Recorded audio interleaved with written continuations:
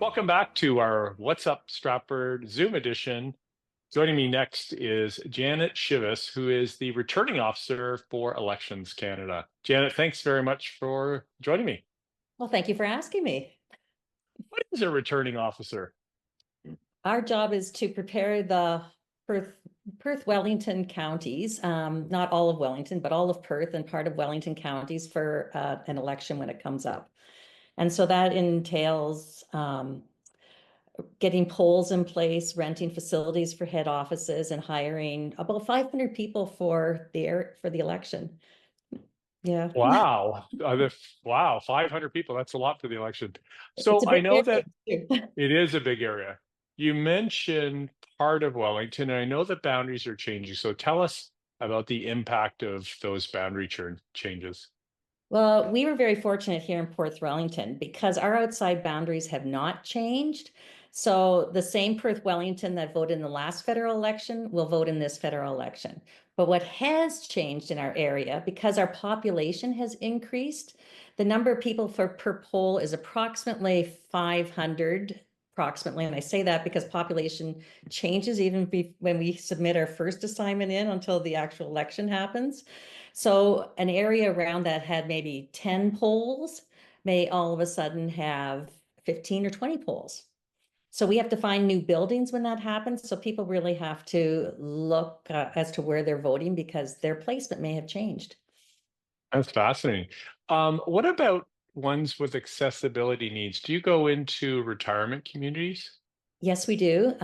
We go into the nursing homes and we any patients that wish to vote in there or senior citizens that wish to vote in there, we do provide those services for the nursing homes.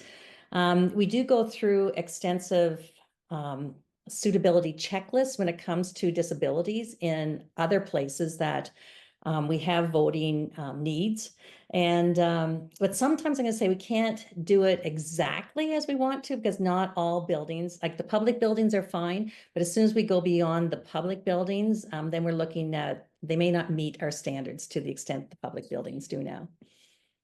So at the end of the day, when it comes time for election day, so people can still vote, what other means can they still vote for?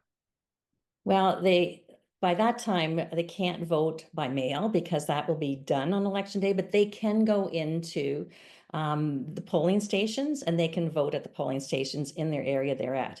They don't have the flexibility of moving from station to station. Like advanced polls, we have a bigger area that will pull more people into an election, like a polling group.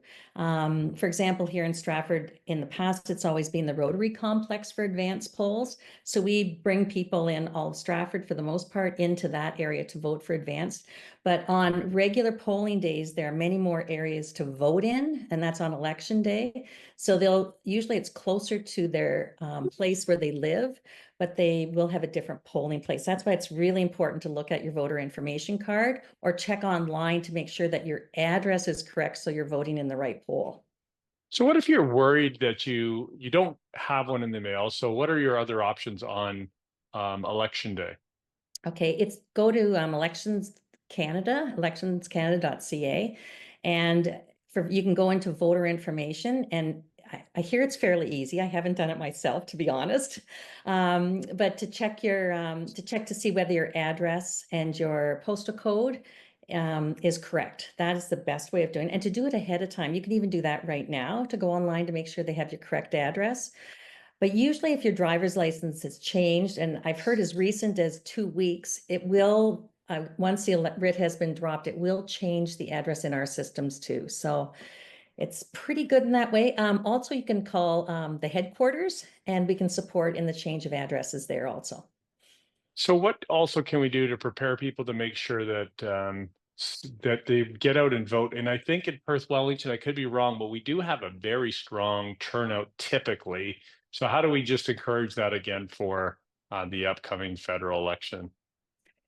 Well, I think it's everybody's duty to vote in a democratic society, and the more people that vote, the more their voice is heard. So I think if we can all go out and do that, we'll get the best government that we can have at that particular time. Thank you, Jen. I really appreciate you educating us on the electoral process. My pleasure. Coming up next is Zach from Destination Stratford.